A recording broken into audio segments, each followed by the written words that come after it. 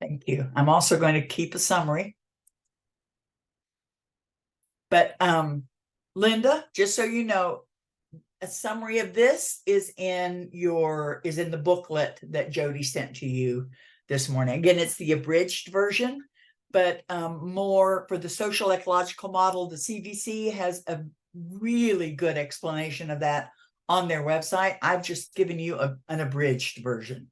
Well, I'm still in the hiring process, and I'd love for them to be able to watch this later.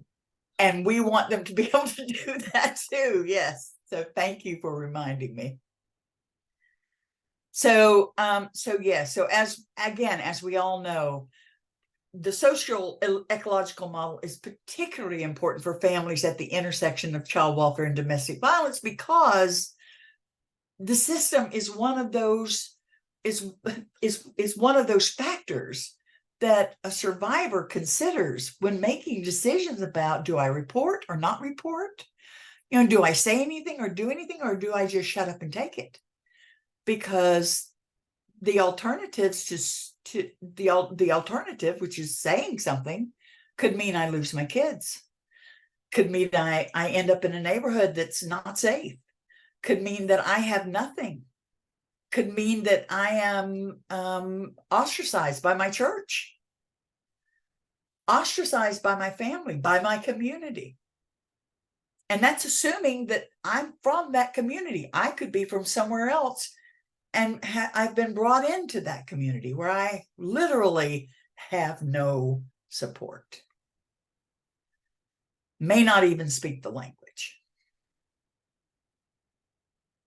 So the social ecological approach, that model, is really important. And also in terms of looking at risk and being able to understand risk in the same way that the survivor does, which is not just about the risk she faces in remaining in an abusive situation, right?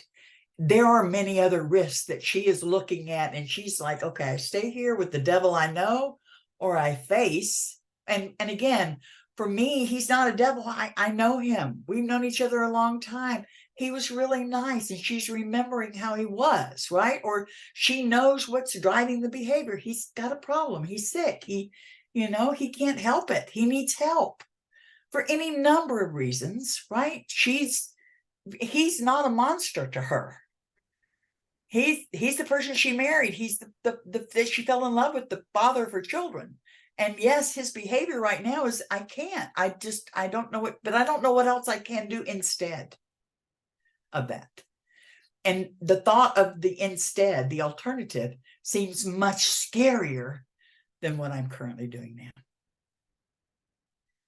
And so it's helping child welfare professionals and some of our advocates, right, understand that it's not that simple, and that when we are safety planning, that social ecological model becomes very important, because we're looking at risk in every area, right? It's not just the risk posed to the family by the abuse, the multiple pathways of harm that we'll talk about tomorrow, that a perpetrator of abuse, in choosing abuse as a parenting choice, is perpetrating against his family. But it's also thinking about, okay, but then if not this, right, what else is out there? And what does that mean for me? And what kind of risk is there financially, in terms of care for my children, in terms of the environment that I'm moving into, in terms of the kind of support that I'm going to have, right? Lots of other areas of risk that she is thinking about. Even, and I'm going to use she, because we all know that 90% of the time, the victim is a woman. She is worried about, how am I going to, how will I survive? Who's going to help me? I had one, I'll never forget, one woman who said, I am grateful for all the services that you have, and I'm glad to know that you're there, but are you going to be with me until my youngest is 18? No. And minimum wage is not going to cut it. I didn't finish high school. How am I going to support 5 kids? He's going to control me. He will still, he will control everything, whether I'm here or I leave. Because I am powerless. I am voiceless. And when systems don't help, when they're not aware of that, they contribute to it.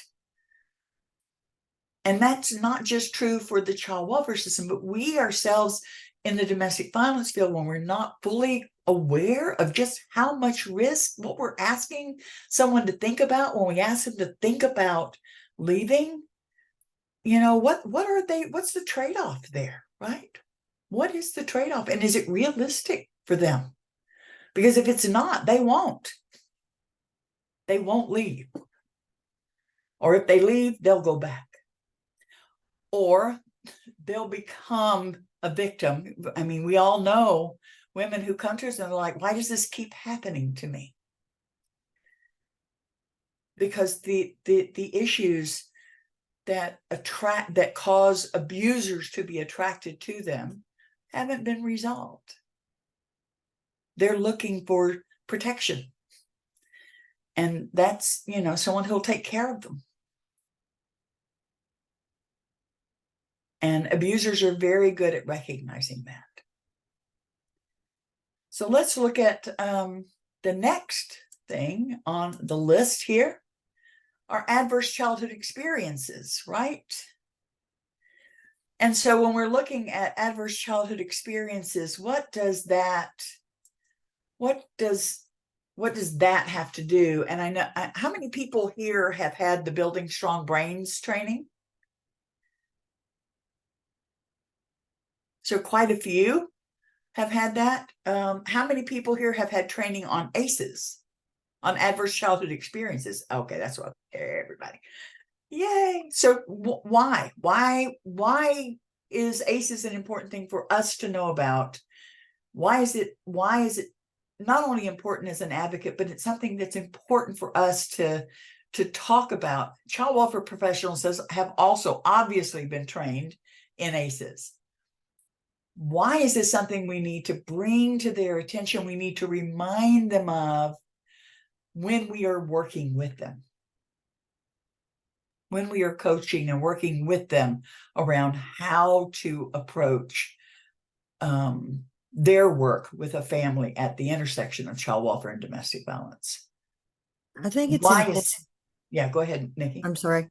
I think it's important for them to know the difference, for them to know what toxic stress is, that this is a daily, a hourly, a maybe minute by minute, walking on eggshells, not knowing what to expect, what kind of impact that would have on an adult. So imagine what it would do to a child who's trying to sleep and go to school the next day and focus on learning or anything other than the toxicity in the home and what has happened to mom overnight or what they've heard or what they've seen. It's important that they know what trauma is and the impacts that it has, not just currently, but long lasting. That's right. And so because I'm a child welfare professional and I am versed in the impact of adversity on a child, through not just then, but throughout their lifespan and in all areas of their life, you, mom, need to leave because you are placing your child in an unsafe situation. You are causing potential, not just immediate harm to your child, but long-term, lifelong harm. So you need to do this, you need to do that, you need to do the other thing in order to get your act together and stop putting your children keeping them in an environment where they are exposed to this level of harm. Why do we need to coach them in? Nikki, you absolutely hit it, right? They need to understand the impact that the impact that adversity has on us. That's right. ACEs create ACEs. We have to break the cycle. And everyone, feel free to add to the chat, to just chat away, guys. I've got my chat box up so that I can see it when you do. But it's also important for us to understand that, yes, the effects are lifelong. And so you're in a situation where toxic stress is caused when any of us is in a situation that is harmful, that is overwhelming, right? We can experience toxic stress as adults. We don't, it happens to us. When we are children, if we have experienced abuse as adversity as children, and we have, we had 2 or more instances of adversity as children, then we are still, many of us, and we had no buffers to help us. Again, a lot of times that's why some of our most vulnerable women are attracted to men who perpetrate abuse against them, is because they have unresolved trauma from adversity experienced as children, right? And so as adults, because they experience so much adversity as children, they may not have had the opportunity to develop that sense of agency over their own lives, or to develop sort of those problem-solving, decision-making skills that you need to be able to really think through what makes the most sense for you, or how to address a problem you're confronted with. They may lack social, sort of those emotional regulation skills. They just, things happen and they're just like, oh, I don't know what to do. I mean, they just lose it immediately because they don't know how to do it any other way. They've always, as Nikki said, been walking on eggshells their whole life. So even if you haven't had all that happen to you, which we know many people at the intersection of these two systems have had happen to them, even without all that, just being in that situation and having been in an abusive situation for many years can cause that same level of toxic stress, which can inhibit an adult's ability to make decisions, to regulate their emotions, to do the things that they need to do that are in their own best interest, much less the best interest of their children. And they just do the best they can, right? They do the best they can to protect themselves and to protect their kids, which is a strength which nobody ever recognizes.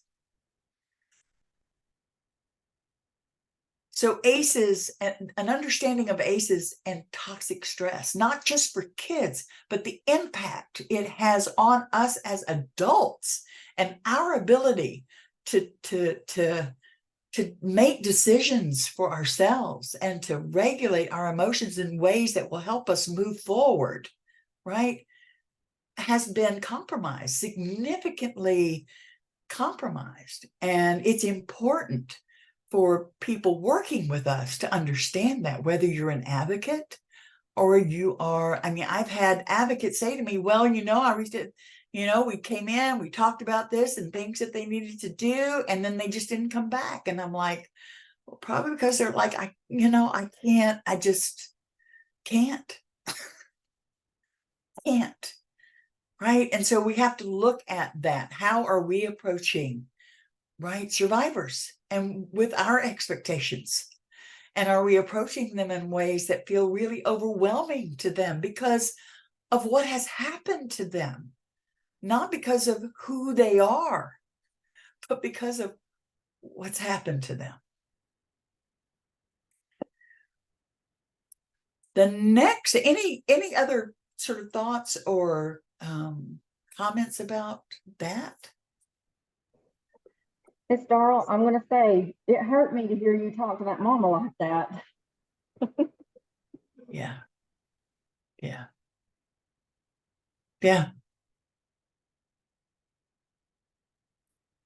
But it's what happens, unfortunately, a lot.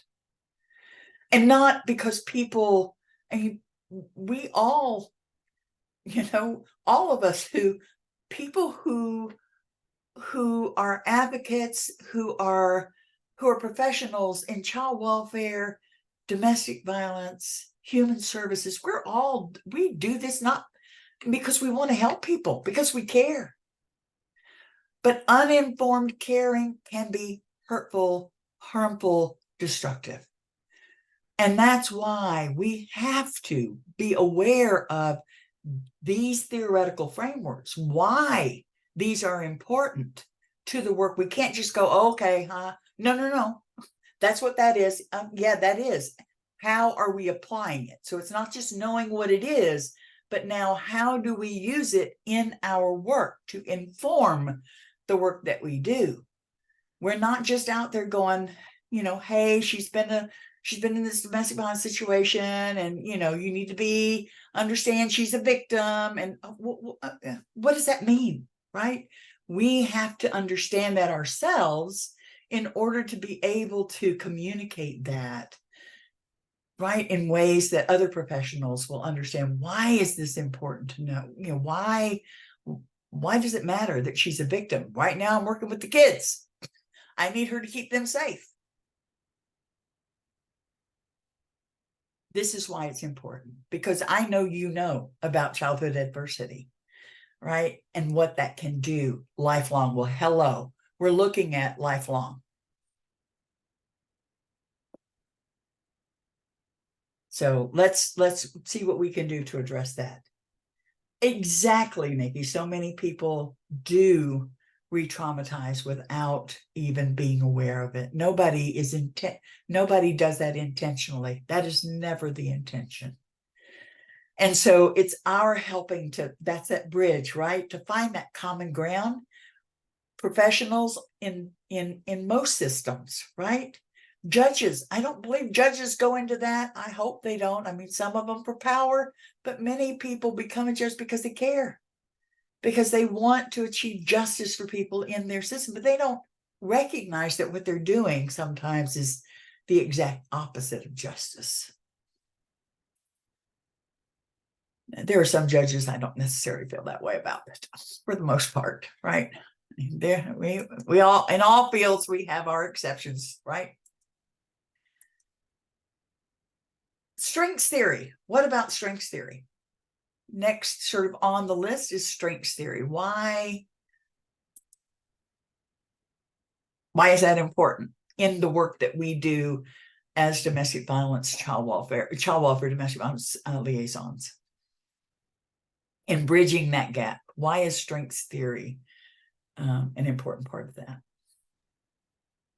I think if mom or dad, if that happens to be the non-defending parent, is so beaten down that they don't realize they have any strengths, just getting up day to day and getting your kids dressed and on the bus is a strength when you are in a toxic relationship. Being able to get up and function at all can be a strength. Yeah. And so to help not only them realize that, but other allied professionals that are working with them, and to build on those strengths, and for them to realize, oh, wow, I am doing something right. I'm always wrong about everything, but you're telling me that I'm doing something right. And then you build on that. And I think that's so important for them. That's right.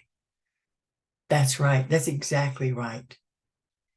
So many people who are caught up in abusive, coercive, controlling relationships are not aware that they have a strength. They are not, if you were to ask them, what are your strengths? They would struggle with identifying strengths for themselves. To agree with Nikki, I also think one, absolutely, Darla, what you just shared about the DV aspect. I think also through the lens of this position, though, why strengths is so important, specifically through the work of the DCS liaison, is because a lot of survivors can see DCS intervention as failure. That means rock bottom for them as parenting, right? The DCS is involved, they have hit that. So I think it's especially important in this role because we know the shame, the guilt, the embarrassment that often comes with people who are involved in the DCS system. So I think it's so especially important in this role too, just because, let's, acknowledge the truth that a lot of our clients, the last person they want to have to meet with is this DV DCS liaison, right? Yes. So I think it's especially important through that perspective, as far as that parenting, so we know how negatively it can impact, a survivor's credibility of their own parenting, of their own strengths, just even having to be involved in the system. That's right. That is exactly right, Hannah. Thank you for raising that. That's right. DV and low self-esteem. One drop at a time in the bucket. Absolutely. It is so important that just the involvement of DCS in, I mean, it's one of the reasons why people don't say anything, right? Because of the threat of that.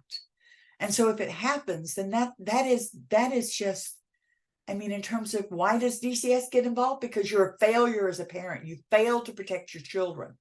Shame on you. There is just a lot of blame and shame involved in that. And for someone who has already been beaten way down by an abuser, it's just overwhelming.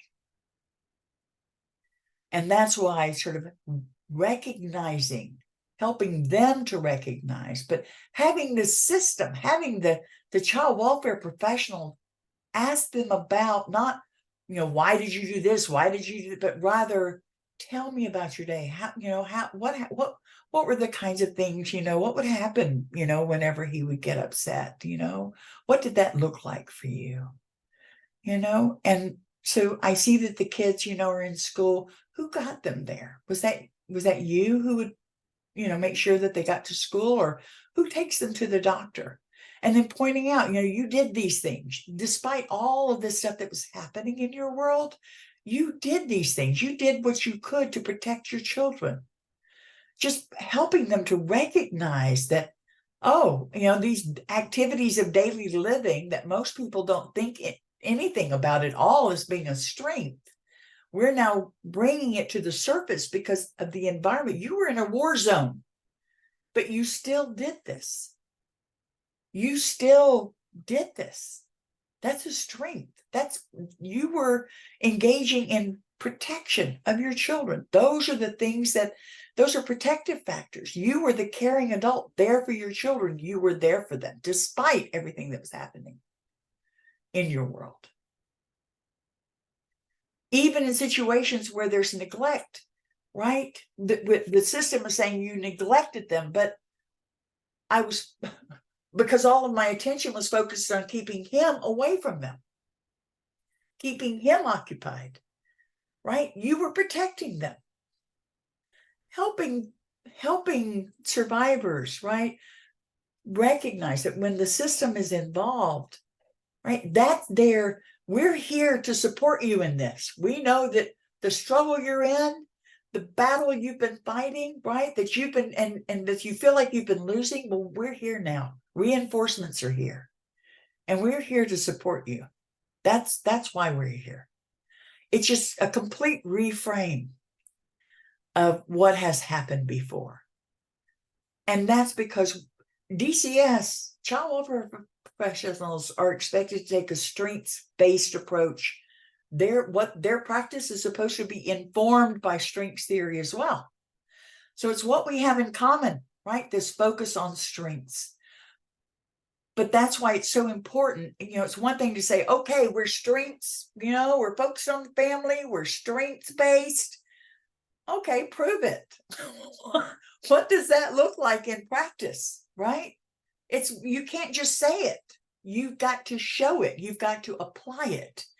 Part of our job is to help them learn how to do that, what that looks like, right? Other thoughts or comments around that? Around the use of strengths theory to inform our practice. And I think it's also important, again, in bridging sort of that gap between child welfare professionals and domestic violence advocates. A lot of our advocates too, right? Particularly if they're new or not aware of how important it is, right? We all say we're strengths focused, strengths based. Again, in our practice as advocates, what does that look like? What are we doing to help our survivors surface those strengths and leverage them, right, to move forward in their lives. We want to know what they are and then help them build, because that's a starting place, right? What they know, what helping them to understand what their strengths are and helping them to recognize, honey, that you were able to get up in the morning and get your kids food, right? Even if you couldn't pay attention to sort of were they getting to school or not. But when you could, you did, right? You did what you could because you were protecting them from him. Again, that's a strength. You didn't just let him have at them. You kept them as protected as you could. And when you couldn't, you reached out for help. And here we are. And that's why we're here. So helping them to recognize those strengths, that you reach out for help, you're advocating for yourself. Self-advocacy is a strength, right? Sort of helping them to recognize these little things, these actions that they've taken or that they've tried to take as a strength, and let's grab that and build on it. We all need to do that and do more of it. Next is resilience theory. Anybody have sort of any experience with that? Or thoughts about why resilience, why a focus on resilience would be important to the work that we do? It's closely linked to strengths. Becky? So the one thought that I have about resilience theory is that is also bringing hope to those families. I love this, so that's good. Resilient. I mean, we've heard what I was in the first group when Tennessee launched its Building Strong Brains initiative. I mean, it was like, I'm all about building strong brains. It's just for me, in working with survivors of domestic violence, I'm like, some of our survivors have been through so much. They have been so overwhelmed by trauma, right? And we need to understand, from the time they were little, we need to understand how adversity in childhood, right, impacts victims of domestic violence, how it contributes to the fact that they are in that situation, that they become prey for perpetrators of abuse. And one pathway to understanding is understanding the impact that adversity in childhood has on us and on our ability to sort of make those decisions and regulate our emotions and problem solve in ways that keep us safer, right? And so I signed up for that first class and I'm like all about it. And one of the things that really bothered me, and this was back in, I don't remember, 2018, I guess, or 2017. I don't remember when the first Building Strong Brains training was provided, but it was provided, I was in West Tennessee and it was in Johnson City. And I drove all the way up to Johnson City to go to that training because I'm just like, I want this, because I want to bring it back to the agency. Nikki would remember all that. We had a conference in 2015 about it, right? Before they even started the training, because it's so important. But one of the things that bothered me was that when it ended, it's like, and I'm like, okay, so we're going to tell people, you know what? It's not that there's something wrong with you, but a lot of stuff happened to you, right? That has resulted in sort of you being where you are now. You know, it's not because you are bad, it's because a lot of bad things happened to you. And then it just ended. And I'm like, okay, no. We need part two. Part two is, okay, so now all this stuff happened. What now? Well, that's where resilience theory comes in, because just because something happened to you doesn't necessarily, yes, it will cause changes. And if it happens to you when you're a child, it will have biological structural changes will happen in your brain. But your brain, we know your brain is malleable, it's flexible. Things that you do change your brain. Your experiences change your brain, bad ones and good ones. That's the good news. You have the power to make that change. You have the power to bounce back. You have the power to grow new neural pathways in your brain that allow you to be able to do the things you want to do. But you need support, right? You need people who get this too, who understand it, and who know how to apply this theory in practice. What are the strategies and tools that in my work with you, whether I'm an advocate or a child or a CPS investigator or a family support worker or a prevention worker? What are the tools that I can use that will support you, right, in overcoming what's happened to you, to gain the skills that you need to be able to move forward in your life, rather than me just wondering, well, we talked about this and she just keeps making bad decisions, right? Or she won't do what, we've talked about that she needs to do. Well, have we explored maybe why? What's she thinking about it? Where is she coming from? Does she really understand this? Is she able, right? Given her current state of being, right? Rather than blaming her, explore that a little more deeply. Take the time. Resilience theory gives us those tools and approaches, ways in which we can work with people. And again, in the booklet that I've given you, I have just given you sort of a, just a short, if you want tools around this, if you want, because you're not in direct practice, but if you want to point people in the way, there's just a lot. I mean, all you have to do is Google it, right? And you'll have a whole bunch of stuff and things that you can pick from that you can then provide to an advocate or to a child welfare professional that you may be coaching and working with, that will give them ideas about, oh, okay, yeah, I could do this. Yeah, I could do that. But you need to be familiar yourself with these things. So again, I am introducing you to these different theoretical frameworks, and we will go in more depth about each of these over time.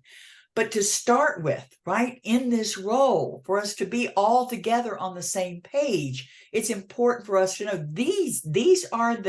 there are a whole bunch of theories out there, but these, and many of them have relevance to what we do, but these are central. These are just central to our work with survivors. They need hope. They need a vision for the future. They need to know that it can be different. I'm not just down at the bottom of the well and there's no way out for me. Resilience theory, strengths theory, and resilience theory provide that hope, provide the vision for a different, and equip us with the tools, right, that we can use.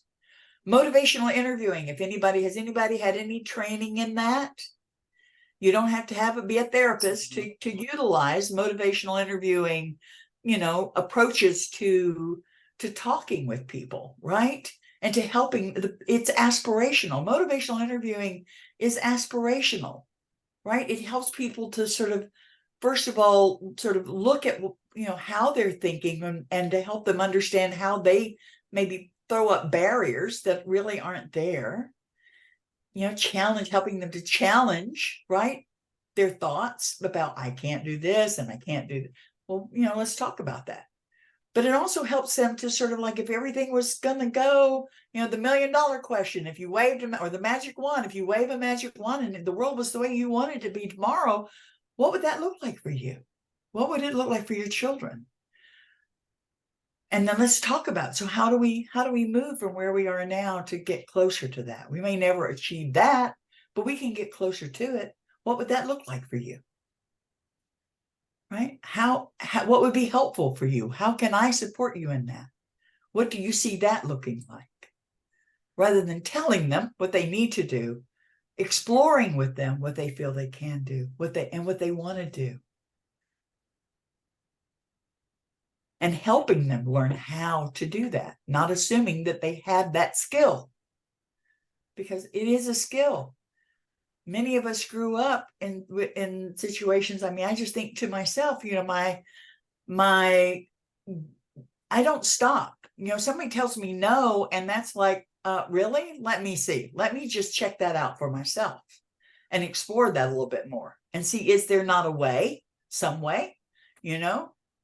But it's because I had a grandfather who always told me, anytime I use the word can't, Darl Jean, can't do nothing. I mean, my whole life. I mean, it's what I heard. And so I've been trained that way, to not ever just stop with can't. If you say can't, then that's true. You're not going to go anywhere. And so it's like looking at, well, let's look at that. Let's explore that a little bit. Really? Is there no, can we go over it? Can we go under it? Can we go around it? Right? Is there not a way? If we can't go straight through it, maybe there's another way. Let's explore that. And that's that concept, right, is part of strengths and resilience theory. My grandfather was using it and not even knowing it. But a lot of the people we work with didn't have that person, didn't have that caring adult, did not have that. They don't have that skill. They never learned it. We can, in the work that we do in coaching child welfare professionals and DV advocates, we can help them understand the role they play in providing survivors with those, equipping them with those skills. And some of the training that we do can be training around how to do that, right? Ways to do that. I don't want to monopolize. I'm just so excited about all of this that I just keep butting in, but just tell me to shut up if I am talking too much. But you know, it really does. The strengths, the resilience, the ACEs, it all fits together. And while you were sharing, I was thinking about this one lady that I had worked with years ago. And I did an ACEs questionnaire with her. She had a lot of health issues. She was depressed. She had heart problems. She had all these different things going on. And she had been in several repeatedly toxic, abusive, different types of abusive relationships throughout her entire life. And when we did the ACEs, she realized from the scores of those ACEs in our discussion that, you know, it's not my fault. These things happened to me at the hand of someone else, and they changed how I react. They changed how I think. They changed what I was accepting of, what I normalized. This is not my fault, and it can be fixed. It's because of someone else. It's not because of me. So just that one session, the empowerment that she walked out of there with, you know, it pulls it all together for her.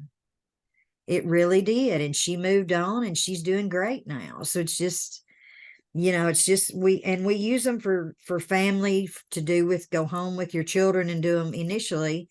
But when I did that with her, I thought, you know, I'm going to start doing with the adults.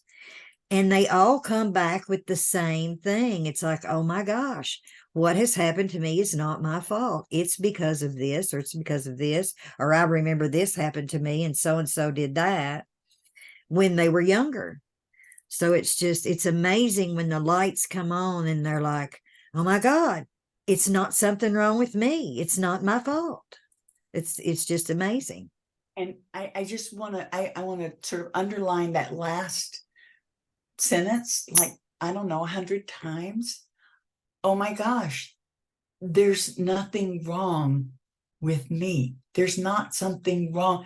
So many of our survivors, that's right, believe it is the first step toward healing, to recognize I am not bad. I am not stupid. I am not worthless. First step toward healing is that self-awareness, right?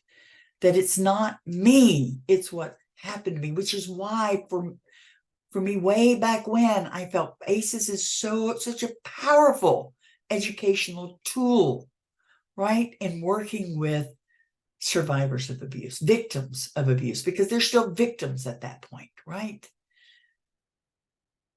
It is just a really, really important, powerful educational tool. But again, it's like, okay, I'm just imagining if somebody were doing that to me and they're like, okay, so all this stuff happened to you, and it can cause changes in your brain, and it gets embedded in your DNA, and you can, we know from if you've had the training, that there are the studies that show that it gets passed on, epigenetically, right, to your children who maybe don't even remember.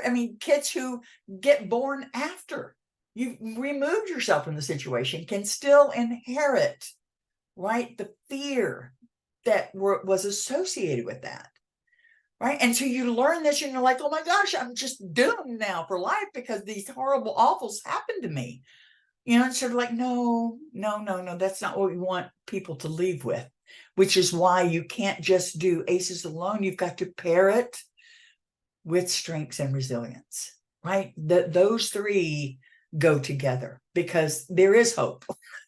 It's not, but it helps you to understand it's not, it happened to me. It has changed impaired my ability, right, to do the things I want to do, but not because I can't do it, but because I didn't learn how. And I'm going to do that, right? I'm going to do that now. I can do that.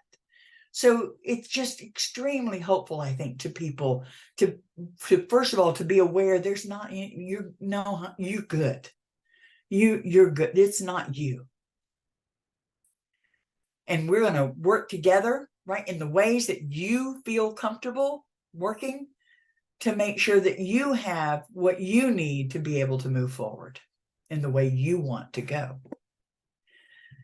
And so that brings us then to the importance of sort of the next item on the list, which I'm sure we've all also probably been trained in ad nauseum, trauma-informed care. And I'm sure we're all informed, and I want us to be more than informed, just like with domestic violence practice. I don't want us to be domestic violence informed. I want us to be responsive, which means we're applying what we learn about this to our actual practice, right? We are actually sort of really using sort of what we know about trauma and applying it to the work that we do as domestic violence, child welfare domestic violence liaisons. We are applying it to our work as coaches for child welfare professionals and domestic violence advocates, right? We are working across. Okay, Ebony, you have a question? Before I continue that, I'm going to check with you, Ebony. Oh, well, it was about the section before this, so I can wait. Oh, no, go ahead. Ask. So one of the things that I do when I go out with my families, I have a protective factor survey. I just found it online. And after that assessment that we do, the lethality assessment, it kind of gives a lighter touch, because after asking very evasive questions, you kind of need to, breathe for a minute, and having the ability to do that survey and show the victim how they have been protective over their Yes. Because those questions are very, very, very hard for them to answer, and to answer to a stranger at that moment. Yes. And they feel very defeated. So, when they see that, all these things have gone wrong, but I still have done things that are right, and you're very supportive in that. Prior to doing this, I taught batterers intervention and victims impact. So I make sure that I let them know that, none of this is their fault. And we also explore the pattern of their perpetrators' behaviors. There were things that were going on that you probably never paid attention to. And there was nothing that you could have done or not done to stop this. This is a day problem and not your problem. There's nothing you could have done. It's not your fault. and chances are this behavior won't stop, regardless of the relationship he's in. So sometimes they've been told, that they have all these different hangups, and that if they were with a different woman, this wouldn't have happened. But I make sure that I reiterate over and over and over again that this is a perpetrator problem. It is not your problem. That's right. That's exact. Oh, Ebony, yes. Thank you so much for sharing that. And thank you for sharing too about the tool. I mean, when you talk about resilience theory, you're talking about those protective factors, right? And those promotive factors. So protective factors, what you're already doing. That again, protective factors are those strengths, right? Those are the strengths that you are employing, right? To keep yourself, your children safer. And I say safer, you'll notice I say safer because safety is, in my personal opinion, an illusion. We like to think we're all safe, but nobody's ever 100% safe. But we can do things that minimize risk, that lower risk, and increase the level of safety that we're experiencing, right? And that's your protective factors. Those things that you do that work to lower risk and increase that sense of safety. And promotive factors are those things that help you to move forward, right? That build on strengths, that leverage those strengths to help you sort of move in the direction you want to move in, to do the things that you would like to do. Thank you for sharing that. And we approach all of that in a way that is trauma responsive. And what does that mean? What does that, I know we've all had trauma training out the wazoo, but there's a reason, because it's so important. Trauma-informed care it wraps around everything else that we do, right? It envelops it. Why? Trauma-informed care is designed to predict my watch is explaining to me. I'm sorry. I don't know if you heard that or not, but when I asked her, tell me about, so Siri was giving me an answer to the question. No, sorry. Seriously, I love technology. It works great until it doesn't. So, but tell me, why is it, and not you, Siri, why is it, why does it need to wrap around everything else that we do? Need to not just wrap around it, but infuse it.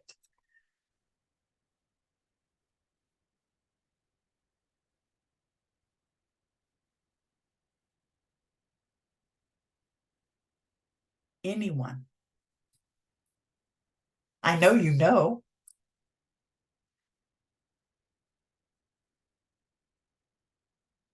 What are some of the principles of trauma? Right. First one is what? Safety, right?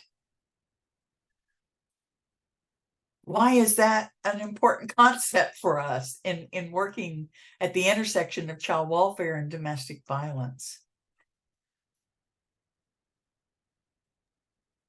I think one of the major things around trauma-informed care is to keep front in your mind that this is not about you.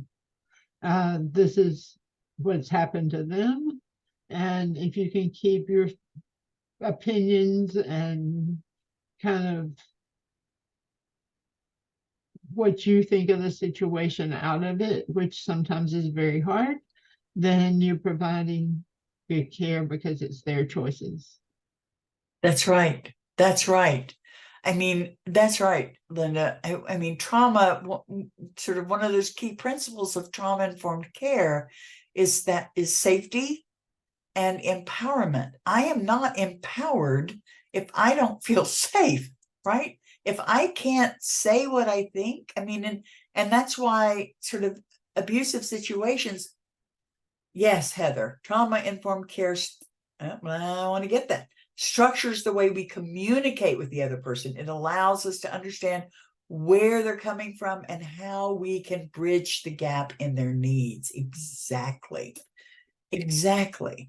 I mean, if I am in a difficult situation and I have been in an abusive situation, I don't know, and you come to me and you're sort of you're a child welfare professional, even if you're a domestic violence advocate, I don't know you. I don't know if I can trust you. I don't know I don't know who you're going to tell, or if you're going to tell anyone about, which is why as advocates, one of the first things in working with someone, we let them know everything you say, right? We make sure they understand this is a safe space. Nothing you say to me will be revealed to anyone else without your permission. And you don't have to give me permission to give anybody any information about anything, right? So that safe space, because they haven't had it, is so important to a survivor. And of course, if child welfare professional is coming to me, I am not feeling safe. I mean, I am worried that anything I say will be held against me, will result in my children being taken from me, and it often does. And so there's a lack of trust. If I don't feel safe, I don't feel I can trust you, I certainly don't feel empowered to do anything other than maybe run or stay as far away from you as possible and never say anything to anybody about what's happening to me.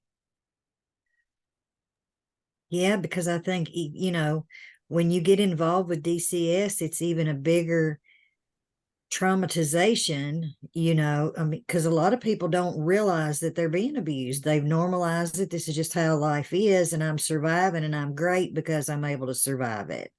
And my kids are fine because they're not hearing it, you know, because they don't know, they don't realize. And I think it's important that, you know, we help them understand what trauma is. And like she said, and that's how we understand it so that we know how to address them. But they also have to understand that they are traumatized. And these are the ways that you're traumatized. And these are the ways that we can help you. And these are the strengths that you have. You just have to work on building that situation to where, you know, they grow from it instead of being stunted and stay stuck in it. And I wanted to say, I think it was Heather, I can't remember, or maybe Hannah, at our first session, something was brought up and you said, yes, RAP has instances with that too. So I thought this may fit in there. And if it doesn't, just tell me to hush. But when we, you know, because as victim advocates, everything we do is confidential.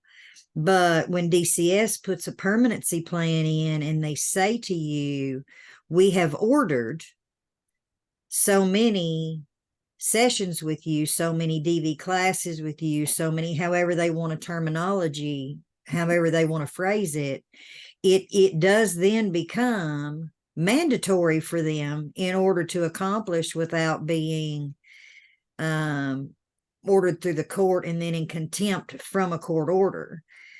So that again is a huge re-traumatization from several different sources.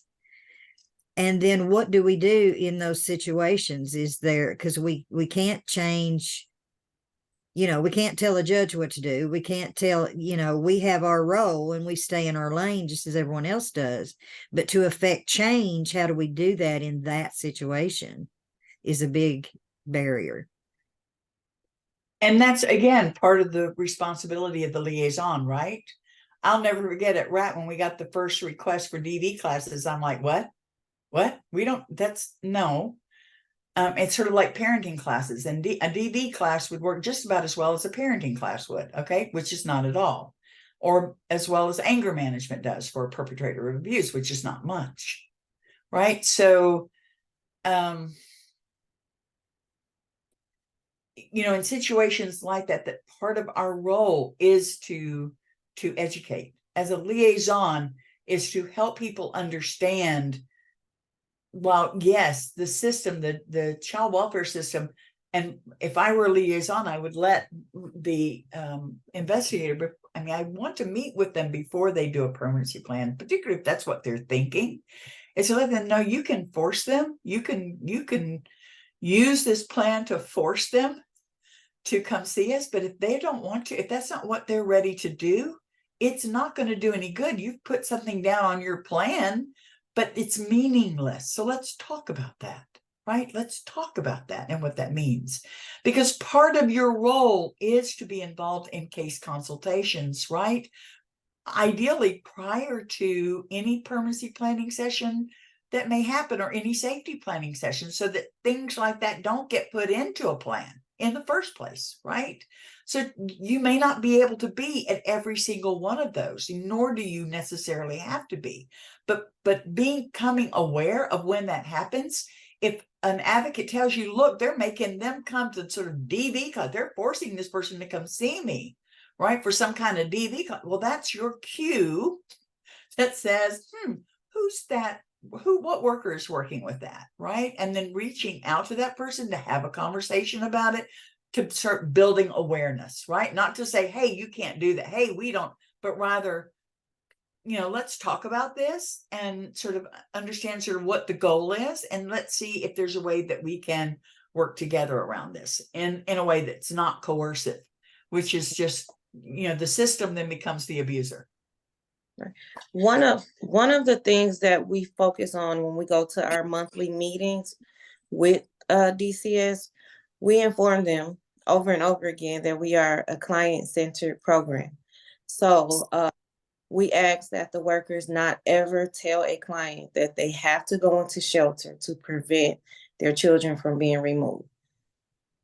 That is, they have to call in their cell. So we don't take direct referrals from any CPS workers.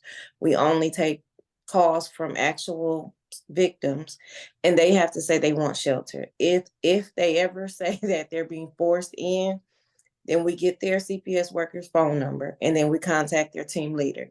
No one can be forced in the shelter. When I talk to the victims, I ask them, what do you want to do? What do you want to do? If your worker is telling you you have to do this, what do you want to do? And some of them will say, well, I'll just do it just to get them off of me, or, whatever the case is.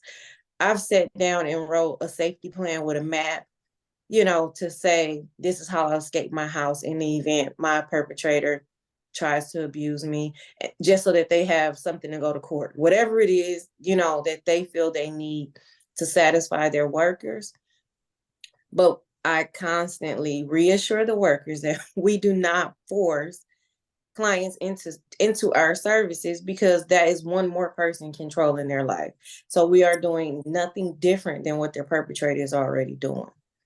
And if the situation is to the extent that you feel you need to remove the kids, remove the kids. Don't allow a DV plan, so-called, to dictate that the children are safe, because this person may or may not follow that, because they're incapable at the moment. So don't allow all your eggs to fall on DV classes or safety plans and assessments. That isn't the reality. And if you feel a need to remove kids, or if the judge orders something, that's not going to guarantee that they're going to follow any of that. They're more afraid of the devil in the house than all the other devils that are outside. Yeah. Well, thank you for that, because that's what I've been doing when they've been referred to me, and they come in and they're all hot and bothered, and they're like, I don't know why I'm here. I shouldn't. And so we sit down and we talk about what would benefit you? What do you feel like would help you by being here? What kind of things would you like to talk about? So we center on them, and they actually ended up going into a support group together, my DCS referred people, because it was all pretty much the same stuff going on, and so they could relate to each other. But I just wondered what everybody else was doing. And in those instances where that is the answer, well, if it's in the permanency plan, then yes, they have to. So, but thank you for that. Yes. And I just, again, want to point out, your role is primarily not direct service, but to coach and mentor people who are providing it. And so when something like that happens, again, I want to highlight that's a flag that lets you know you've got some educating to do, right? While in the short term, you can say, talk to the team leader. Hey, we've talked about this before. We don't coerce people. And it sort of violates the principle. Basically you're re-abusing them and re-traumatizing them, and they need to be in a place where they want to. And so you need to sort of explore that with them.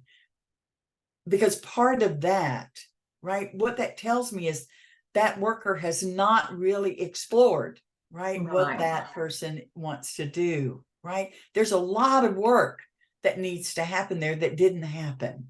And so as a liaison, that's part of my responsibility to identify sort of where those pockets, just me explaining all that one time, it is never with this kind of work one and done, never. It is an ongoing educational coaching and mentoring process, which is why you're there. Because if it were one and done, they all get trained on this. They get trained on it. They have had training on it. And we all see how that works out in the field for the most part. Not well, because people get trained on X, but then they come back and do Y, and it's like X never existed. And that's not just true for child welfare professionals. It's true for DV advocates as well. Mhm. Right? I mean, it works on both sides. And so as a liaison, you have the luxury of staying abreast of sort of what best practice is, and of exploring tools that help facilitate best practice, and of making sure you're getting that communicated consistently, reinforcing it in an ongoing basis. And again, once we're all on the same page, we're going to have some regular sessions about strategies for doing that, sort of different ways in which we can get the word across besides just having a 2-hour training session that DCS workers can't come to, right? Because they don't have that same luxury of time. They just don't. And so how do we get the word across to really busy people who don't have a lot of time? And how do we help them understand that taking the time with us, with the victim at the front end to explore these things, will save you a lot of time in the longer term, and will potentially help avoid re-traumatizing the victim and re-traumatizing the children. Just bring them into custody because you didn't know what you were doing at the front end, right? There were other things that could have been done that weren't done because you didn't know how to do them. So not blaming you, but want to work to make sure that how to do this, that's where we come in, is in coaching and supporting the practice of how to do it, right? How do we do this work well so that children can stay safe with their non-offending caregiver when that is possible, whenever that is possible? And how do we work together to make that happen as advocates and investigators to make that happen? That's a liaison's role, to be able to get that across, not to do the work of the advocate, not to do the work of the investigator, not to blame either one, but to recognize that if these things are happening that we know based on sort of best practice, it's not going to yield good outcomes for anybody. What are some strategies we can use to sort of work on that? Understanding that it's not going to happen. Rome wasn't built in a day. And we're talking about a huge shift. It's like, turning the Titanic here. But can't do nothing, as my granddaddy said. We got to start, and we have to be consistent, like water on the rock, right? Eventually, we will see change.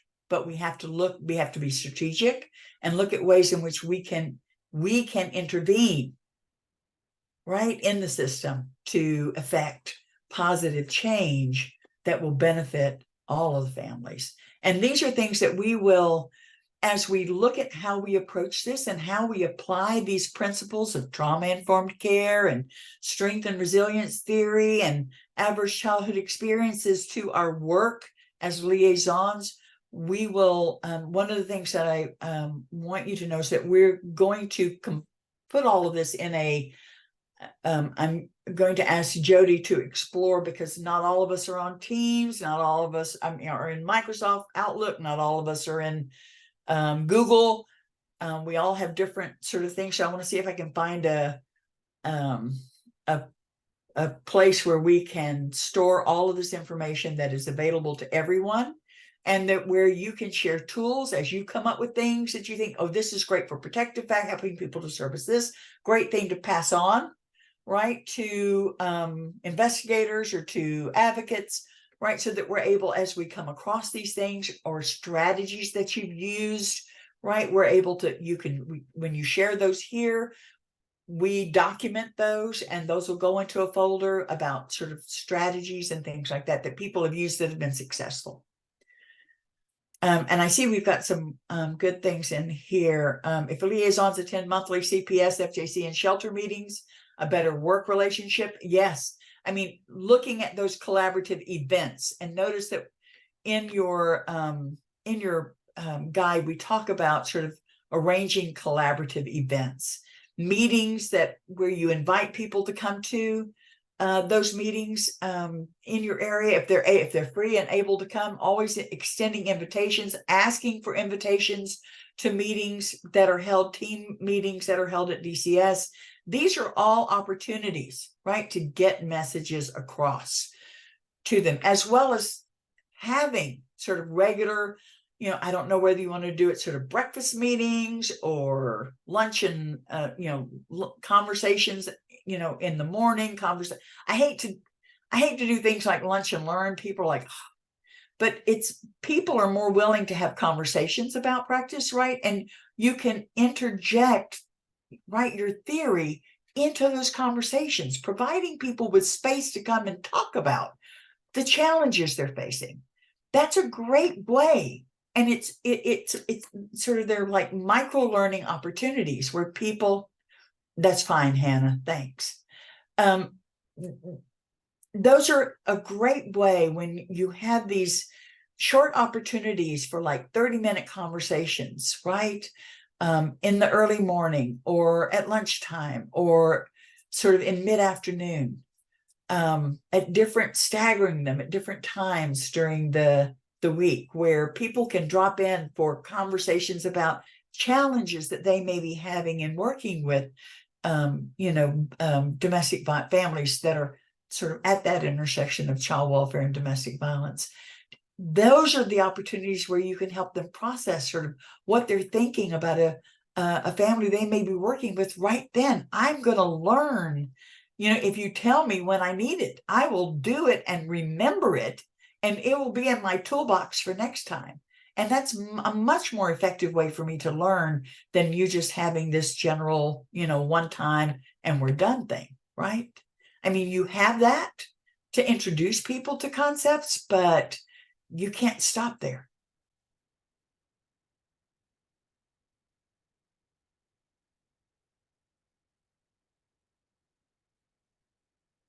I was just checking to make sure that we haven't missed anything. Elizabeth at one point said trauma-informed care gives the survivor a sense of emotional safety. To get back to trauma-informed care, which is what launched this initial discussion, trauma-informed care, I mean, the principles of trauma-informed care are principles that need to be infused in the way we think, and not just in how we're working with survivors, but how we work with each other, right? So that we're not, if a child welfare professional or a domestic violence advocate is not interacting with a survivor in a way that is consistent with best practice, we're not thinking, what's wrong with you? What's the matter with you? What kind of awful person are you? Rather, we're thinking, what's going on in your world? What's happening, right? What's driving this behavior? What's underneath that? Right? We interact with each other in a manner that is trauma informed, recognizing that stuff happens to all of us every day. A recognition of just how widespread trauma is for all of us, and recognizing that each of us reacts to the events in our lives in very different ways. So what's traumatic for me may not be traumatic at all for you. It's subjective, right? Trauma is a subjective experience. Just because you don't think it was very traumatic doesn't mean that it didn't totally wreck my world. So recognizing the importance of how widespread trauma is, being very sensitive to and sensitive and responsive to how easily people can be triggered by what's happening in their world, that they can re-experience trauma and not even know it themselves, that that's what's going on for them. Recognizing the importance of creating that safe and supportive environment where they feel like they can trust you, and that if they tell you what they really feel and how they really think, you won't judge them, you won't direct them, you will instead sort of work to understand, to accept that this is where they're at. If we don't start there, we cannot partner with them. We cannot partner with child welfare. We cannot partner with advocates in our own agencies in ways that really affect positive change for families. We have to be able to partner and collaborate in order to make this happen. And collaboration and partnership is another really important principle of trauma-informed care. So as you can see, that understanding of trauma and how pervasive it is really has to be a part of us in everything we do and how we interact with each other. Not judging, not directing, right? Not, just focused on being curious and on exploring and understanding and building.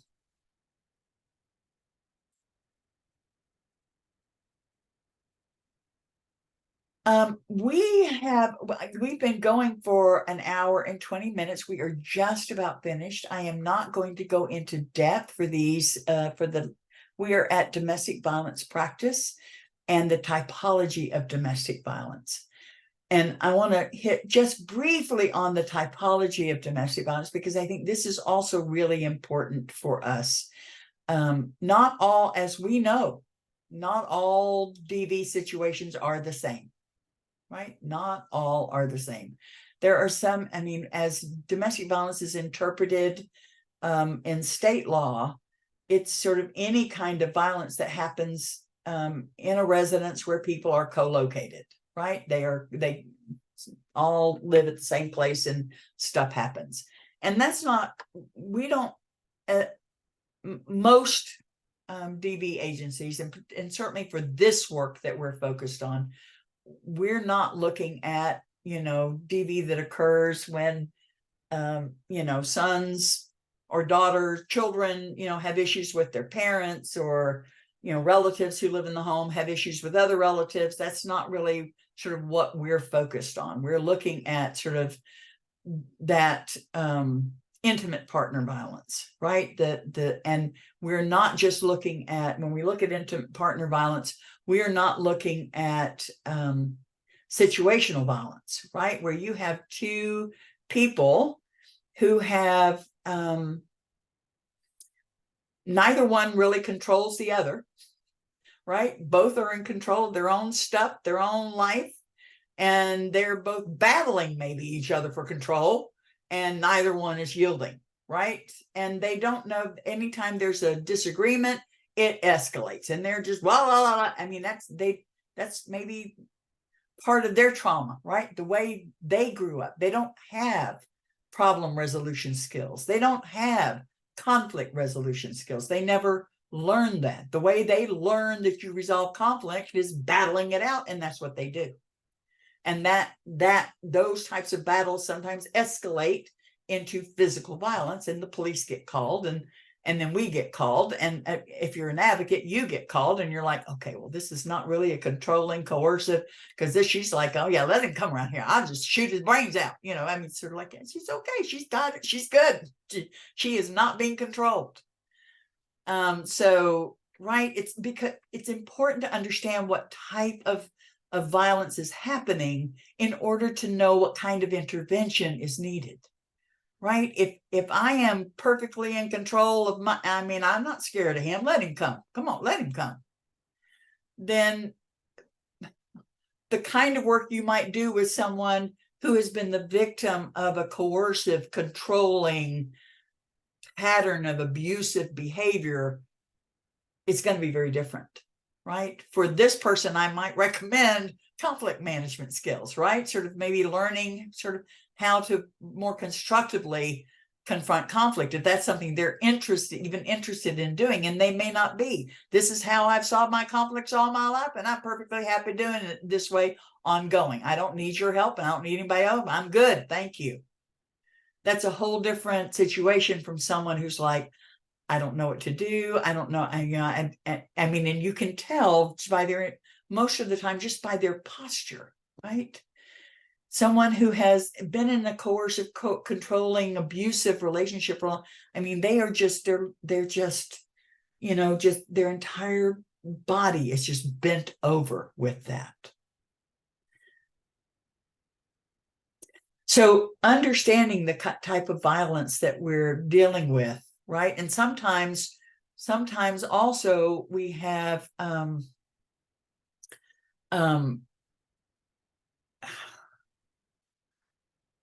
what is called in the typology resistance violence, which is usually the result of, you know, finally, you know, a woman who's been abused a long time, who's been threatened a long time, you know, sees the, you know, her abuser coming at her for, you know, one more time, and she's near a pot and she picks it up and she's like, not this time. No, you're not doing it to me this time, and whacks him. And the police come, and what happens? Who gets arrested? She does. Why? Because he's got the bruise, or he's got the cut on his head, or he's knocked out coming up from after being not, you know, for whatever. She's the one who gets blamed. She's the primary aggressor. Self-defense, which is we're allowed to do, right? We're a stand your ground state. We're allowed to defend ourselves, right? But if it's your intimate partner, yeah, no, you can't do that.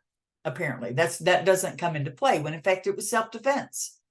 But because sort of in DV situations, quite often primary aggressor laws kick in, right? You the abused, are the one who gets sent to jail.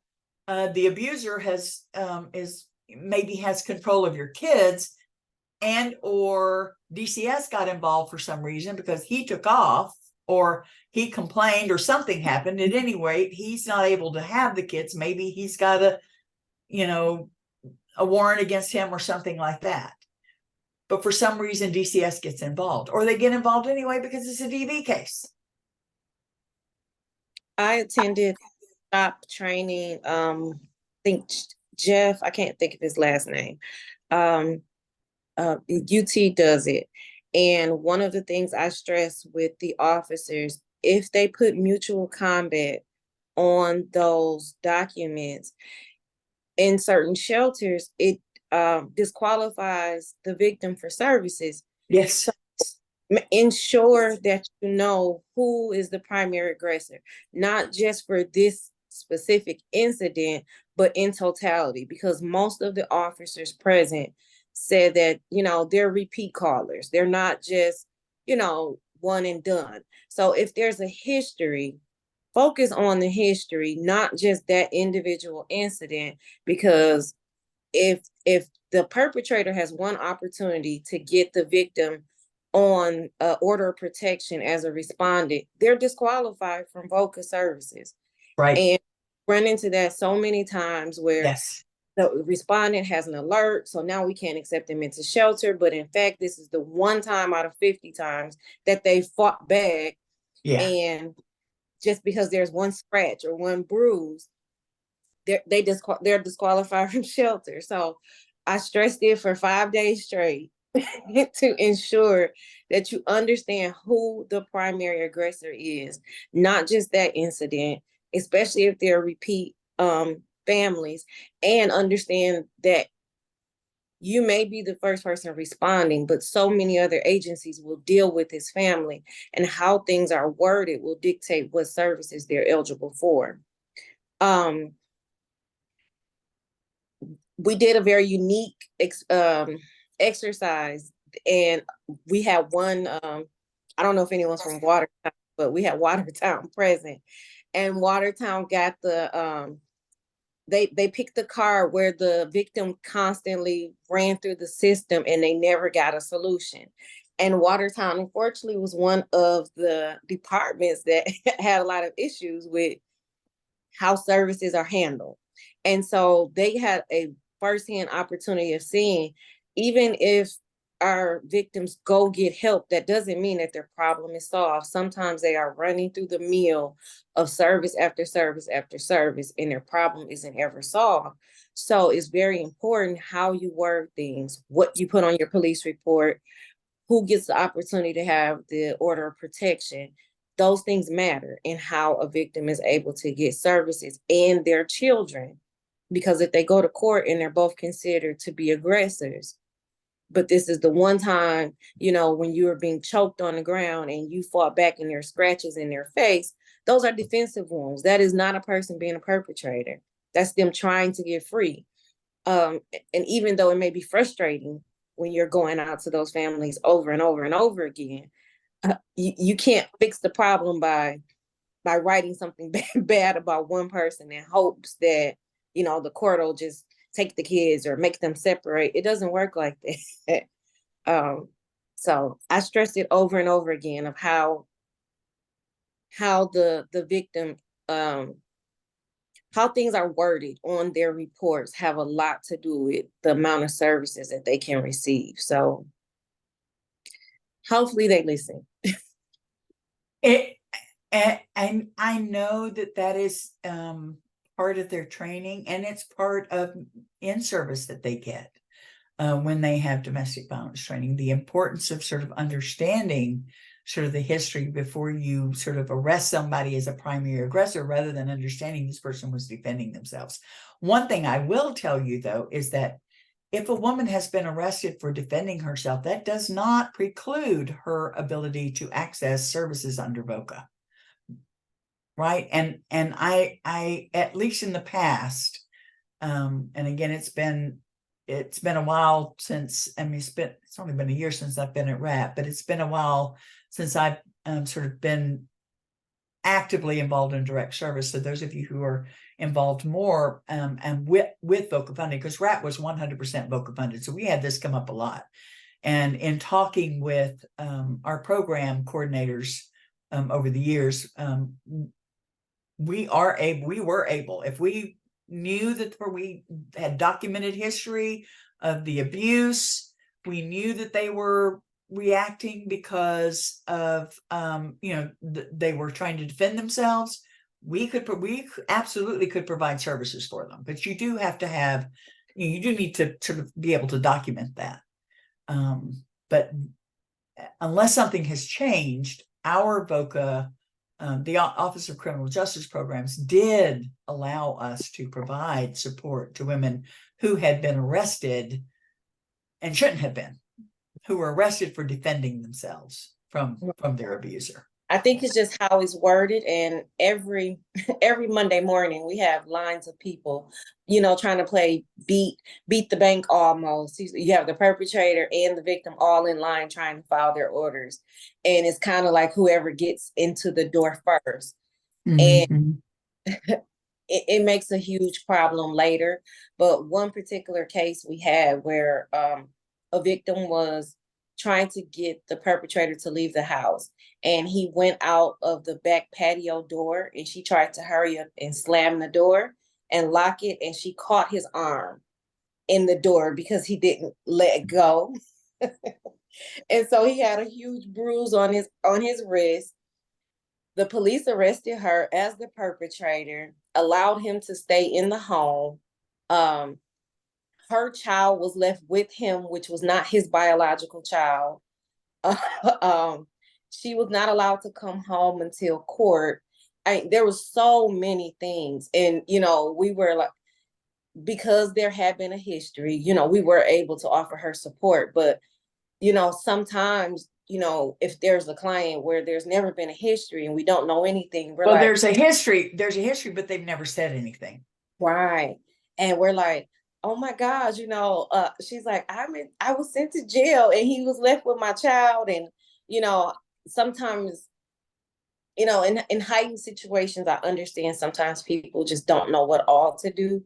But in that situation, her fear for having this man who had just abused her being left with her child, she was so scared and in jail, and everyone thought she was overreacting, and since she was the perpetrator, you know, and it was blown completely out of proportion. You know, it's just that he had a mark on him from the door and she didn't have anything. And you just And never. I mean, there are women who are serving prison sentences for killing their abuser, right? For killing their abuser.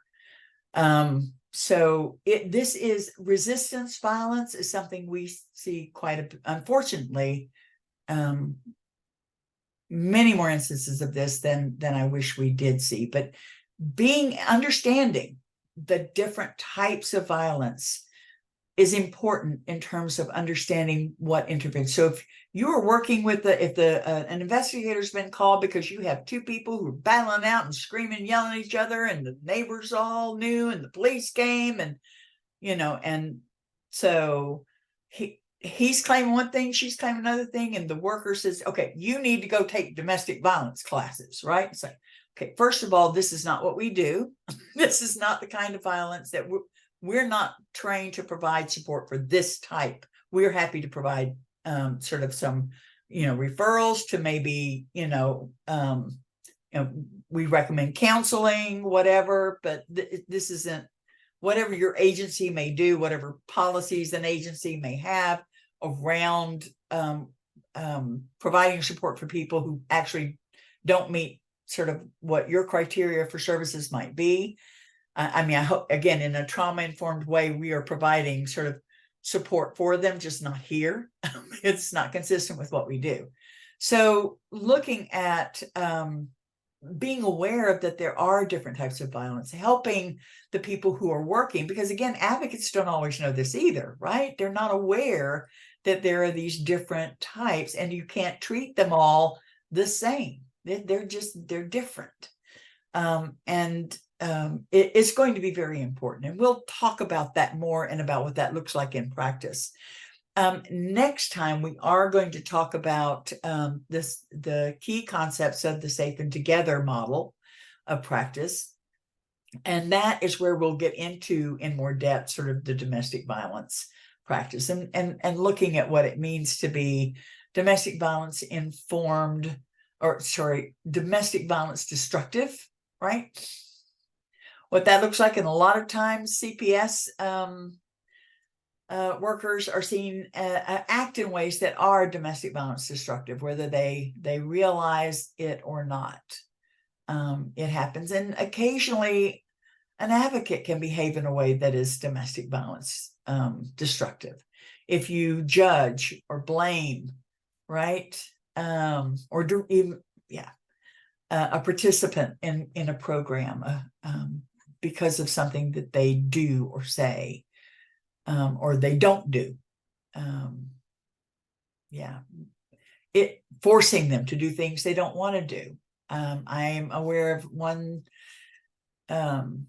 shelter that was like, no, you can't, you claim to be a victim of domestic violence, you cannot come here. We will not give you services unless you file an order of protection. That's DV destructive. I know you're coercing them to behave in ways. Shelters that have rules rather than something like rights and responsibilities, right? Rules. You can't do this. You must do that. You have to do this. Lights out at this time. I mean, those are all oppressive. You are controlling them, right? They've left one controlling environment and they're moving into another. And so in these ways, we help people to sort of understand, you know, how do we work with survivors in a way that is, because a lot of times guys, I mean, I've seen situations where people were placed in and I don't like the word shelter personally. To me, if I'm a survivor and you tell me you have a shelter for me, I'm like, I don't want to go to a shelter. The image I get in my head about what a shelter is not a place I want to go. But if you say I've got a safe home, you'll have your own bedroom. At RAP, we call them suites, right? They're suites. You have your own private suite, which makes sense. You put 2 or 3 women who've been traumatized together in the same room and you don't think there's going to be problems. Guess what? You're probably wrong. So looking at ways in which we ourselves behave in domestic violence destructive ways, really understanding what that is, and then learning more about what it means to be domestic violence informed and domestic violence responsive, being aware. I think if I leave you with nothing more today in terms of your role as a child welfare domestic violence liaison, it is always continuously learning, never ever assuming you know everything there is to know about what's needed in order to and never sort of jumping to conclusions that X happened because of Y. Well, maybe Y contributed to, but maybe there are other factors as well that because you're just focused on Y over here, you're not even paying attention to all these other things that may have been happening that also contributed to it. So always, having an open mind, being curious, asking questions, working to understand and learn rather than making assumptions and directing and concluding, right? It's exploring, always exploring, because the survivor themselves, they don't know.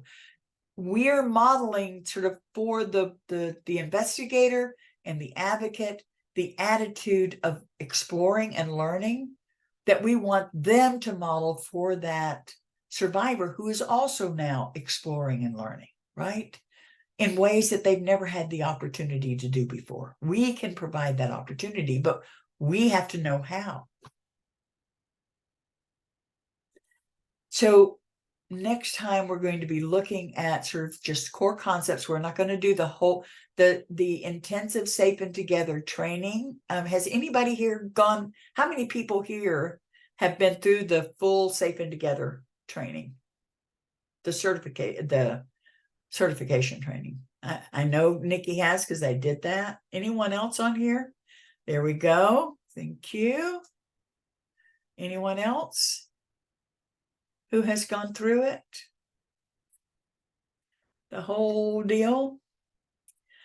If you are interested in the entire training, if you go through it, if you did it in person, it's a 5-day in-person training, all day, every day. When I did it online virtually, and I did it for, I'm trying to think, Nikki, was it 4 hours or 3? 3 hours. It was 3 hours from 9 to 12 every morning. Yeah, I think so. 4 mornings. So I did it for 8 mornings. So you had, I think I gave a Monday free in one week and a Friday free in the other week. So you had so the first week we did Monday through Thursday, and then you had Friday off, and then Monday off, and we did Tuesday through Friday.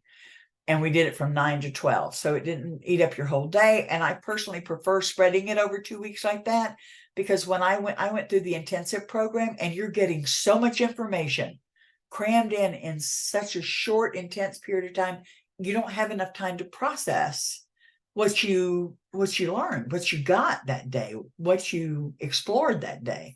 And being able to have that afternoon to just kind of think about it, afternoon and evening, to get a break from that 3-hour intensive was helpful. For those of you who are interested in doing that, and sort of, I can't give you the whole thing because I've got to explore with DCS how we want to, how they'd like to do that, because it costs per person. But you have training in your, I don't know how many of you actually put training in your budget, but it's like $150, I think, per person to go through that training. And so pretty sure I can work out to get myself recertified with SWARPS, make SWARPS a partner agency so that we can provide that sort of full certification training if that's something that we think we want to do. Because the department is not using all parts of that model, they are not doing that or requiring it, but they do provide training in some of the core concepts. We're going to get the high level. We're going to go through sort of all of those sort of core concepts. I'm not going to go into depth. It's going to be sort of like today. It's going to be the abbreviated version so that you are aware. I've given you links in that, or Jody would have said, I can't remember if it was Jody or me, but you had links in the onboarding sort of, for those of you who are new, you would have received that has links to a lot of these concepts, more in-depth sort of resources that you can go to if you need them for some of these theories and for the Safe and Together, the core concepts that we'll be looking at for the Safe and Together model. And some of those core concepts are going to be multiple pathways to harm, the perpetrator accountability, perpetration as a parenting choice, perpetration of abuse as a parenting choice, sort of the strengths approach to working with survivors, right? How looking at sort of the inequities, sort of how systems will place a lot of blame on victims and a lot of responsibility for addressing the problem on victims, right? So looking at the inequity there. We're state funded, so I can't talk about, equity and inclusion. But we are going to be talking about sort of how inequitable it is that the female is stuck with solving the problem. And it's usually the female who is the victim, right? While the male perpetrator is like, oh, well, we can't bother with him. We don't know where he went to, or he's out of the picture as long as he doesn't come around. You, however, victim, have to make everything safe and stable and nurturing for your children, even though now you're in worse condition than you were when he was there because you don't have any way to pay for stuff and you don't. Yeah. So we'll talk about that. And we'll also talk about some strategies for ways in which we can talk to survivors and perpetrators, and ways in which we can support the development of permanency plans that recognize survivor strengths and build on those strengths, and that hold perpetrators accountable. So that's those are the core things we'll be looking at tomorrow. It's not all of it, and we're only going to be looking at it sort of again in brief, explaining sort of brief, here's what this is, here's what that is. I'll be providing more in depth. We'll probably have sessions that are short, not 2-hour sessions, but shorter sessions that really look at, so let's look at those multiple pathways to harm and talk about it. So what does that look like? How do we apply it? What is that? Why do we need to know that? And same for sort of holding perpetrator accountability. What does that look like? Okay, I know what that is, but how does that play out when they're writing a plan and that sort of thing? What's some of the challenges you may be having around that? So tomorrow will be sort of big picture. And then just like today, there will be additional sessions, just as I'm suggesting that you do in the area of your responsibility as a liaison. There will be micro learning opportunities ongoing. This is not a one and done. Each of these things we'll be exploring in more depth and more than once, so that we're able to talk about it as everyone, those of you who are already practicing, so that you can bring that to our sessions together, and we'll have multiple ones. Jody and I have talked about that, so that we're not just going to have like 1 month might be, okay, this month is going to be resilience month. We're going to do, all of our little micro learning sessions are going to be about resilience building, strategies for that, tools for that sort of thing. And there'll be short sessions, maybe 30 minutes, at different times of the day. So, we may have, at least 1 a week or 2 a week. And then you may not be able to the same kind of thing, maybe different people right? So you don't have to join them all. It's going to be the same thing at everyone. It's going to be conversations about it. Here's more in depth. Here's some tools around this. If you can join, great. If you can't join them all, no big deal. There will be others. It's ongoing. And any tool or conversation, I will have a summary of sort of that session and what we said. Love AI. I have to tweak it a little bit, but oh my goodness, it's so lovely. We will record them, and so we'll have that space where we're uploading all of this. I'm not sure where it's going to be. Maybe Basecamp. We'll explore and let you know sort of what that will look like, so that everybody's able to get in, access materials that they need, get recordings or links to recordings for sessions they may want to look at. Okay. Any questions? Any sort of urgent, emergent things have come up since we met yesterday or day before yesterday? I just want to say again, I'm so excited to be working with all of you. I know Jody is too. We've got meetings set up, virtual and some in person meetings set up. And this isn't the first, so we'll plan sometimes based on sort of what you feel is appropriate for you. But we needed sort of this first one just for us to have an opportunity to one-on-one talk and get to know, so that every agency is very different, and what works for one is not necessarily going to work for another one. So we want to make sure that we're able to, again, tailor sort of the approach to meet the needs of our partners. Okay, everyone. So thank you all for coming today, and I'll look forward to seeing you tomorrow. Darrell, Yes. I had a question that came through directly to me asking where they can find ACEs training.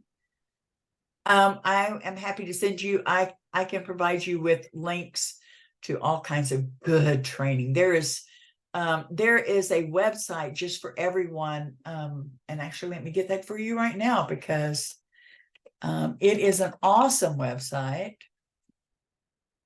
that has come a long way since I first started using it for all kinds of wonderful things. And I'm going to show it to you as I'm going to put the link in the chat box. Let me make sure it's going to everybody and not just the last person who talked to me. There you go. Trauma Informed Oregon. They have got it going, let me tell you. They have such cool stuff on their website, and I'm going to pull that website up real quick for you just so you can see it. I wanted to do something like this for Tennessee and couldn't find anybody willing to fund it. We did something like this. RAP does have a website, internal website, that is focused on all things sort of related to this, but within Tennessee. But since I left, I don't know if anybody's doing anything about it. But anyway, there are a number of things, so learning resources around a number of different things. I love them so much. And they have training on ACEs. They have all kinds of things around all things trauma. Let's see. I know they used to have one on ACEs.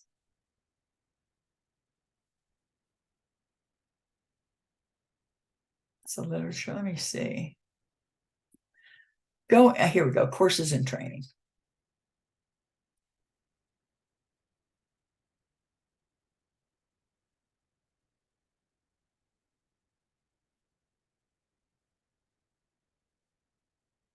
So they have a lot of things around trauma-informed care. And this is for Oregon, just FYI. And I'm pretty sure they have something in here for, now it used to be you didn't have to register. I don't know if you have to register to be able to access. It doesn't look like you do. I think you can just play these. Yes, you can. Yes. So you can just play these and they talk about ACEs. There is also additional.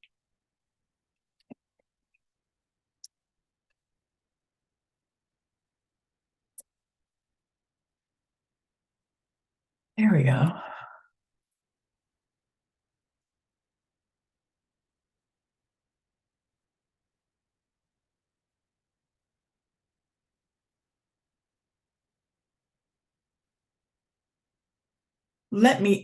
This is a new one I'm looking at right now, so I don't want to give it to you.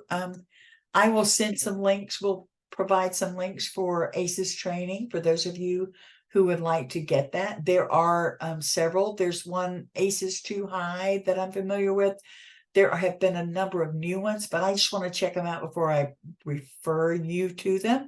But if you just Google ACEs online training, there are a lot of free resources around ACEs because a lot of funding went out to increase awareness of adverse childhood experiences. If you're not sure if something's good, you find something you think, oh, okay, you feel free to email me or Jody and we'll check that out and I can let you know, yeah, this is a good one. Go ahead and do that. Yeah. If you haven't done it before, if you've done it before, if you've had some sort of ACEs training before, you'll look at it and know. But we will have a list of those things. There's no need for us to reinvent the wheel, right? There are good things out there already that we can use when we want to do a presentation or provide some training to, I just want to be honest, child welfare professionals, unless something has changed in child welfare, don't have a whole lot of time to go do a whole lot of training. And so the more accessible you can make it by sending them links that they can watch at their own, and then follow that up with a conversation session, drop-in sessions where, okay, you've watched this now, you've read this now, let's talk about it, right? And just in having those drop-in conversations about it rather than having a training works better for people. And if I do have a question, there is something coming up, but it's just making sure that they know about it, they're aware of it, continually reminding them of it. Because they're not just, and those of you who were DCS, I know that. So I've got a lot going on, and just because you told me you were going to have these little drop-in sessions on these days and these times doesn't mean I'm going to remember it. If you don't remind me at some point very close to it.